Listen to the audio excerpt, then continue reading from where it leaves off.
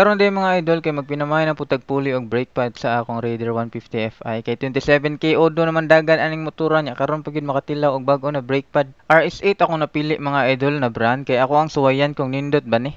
Tag 350 ra day ang presyo ni mga idol kung ari ra ka mapalit sa Cebu. Pero kung adto ka sa Shopee na itag 200 ka pinapoy tag 320.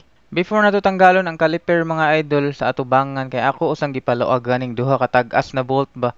Gamit ra og Allen tool ighuman ana diha pa nako gitanggal iyang caliper gid. Tanggalon na din nato ning duha ka bolt mga idol kay mao may nagkupot sa brake pad didto sa ilalom. Ikuha ana matik pwede na nato tanggalon ang brake pad niya. Kani di akong Raider Fi na 2022 model mga idol. Ang iyang brake caliper kay pang Raider carb ang gamit maong akong gipalit na brake pad kay pang carb gid siya kay nipalit ko sa una og RS8 na brake pad pang Fi jud pero dili gid siya compatible kay lain man niyang porma. Maong before mo palit og brake pad sa inyong Raider Fi sa atubangan i-check o sa daan para dili masayang inyong kwarta ba. Nya sa akong tan-aw murag dili pa man jud kaayo pudpud ang iyang brake pad pero ako na lang pong pulihan kay gisugda naman ako og palit human. Dali ra jud kayo siya itaod mga idol pwede ra gud ika na lay trabaho ana. Human ana adto na pud ta magpuli sa likod. Kani jud ang pinakadali buhaton kay dili naman nimo kinahanglan tanggalon iyang caliper kanirang usa ka bolt imong ibton para matanggal pud dayon iyang brake pad. Human og tanggal ana mga idol ato na nang ipuli ang bag-o na brake pad na RS8. RS8 baka naman. Sheesh. Ug ana ra siya kadali buhaton mga idol piti na dayon ug mao ra to. Salamat kay sa inyong pagtan-aw. Sunod na pud. Sheesh.